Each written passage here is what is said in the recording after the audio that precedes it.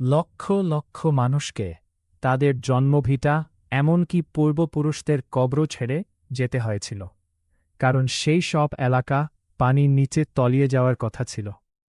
কিন্তু কেন এমন কঠিন সিদ্ধান্ত নেওয়া হয়েছিল? উদ্দেশ্য ছিল উত্তর চীনের বিশাল সমভূমিকে এক ভয়াবহ পানি সংকট থেকে রক্ষা করা। অবিশ্বাস্য হলেও সত্য, চীনের মোট চাষযোগ্য জমির প্রায় ৩৩% এই অঞ্চলে অবস্থিত। অথচ দেশের মোট মিঠা পানির মাত্র ৩.৮% রয়েছে এখানে।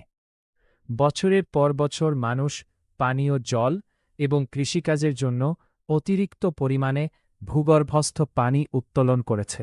এর ফলে ভূগর্ভস্থ জলাধারগুলো প্রায় শূন্য হয়ে যায়, আর উত্তর চীন নিরাপদ পানীয় জলের মারাত্মক সংকটের মুখে পড়ে। এখন ভাবুন, এই সমস্যার সমাধানের দায়িত্ব যদি আপনার ওপর পড়ত, তাহলে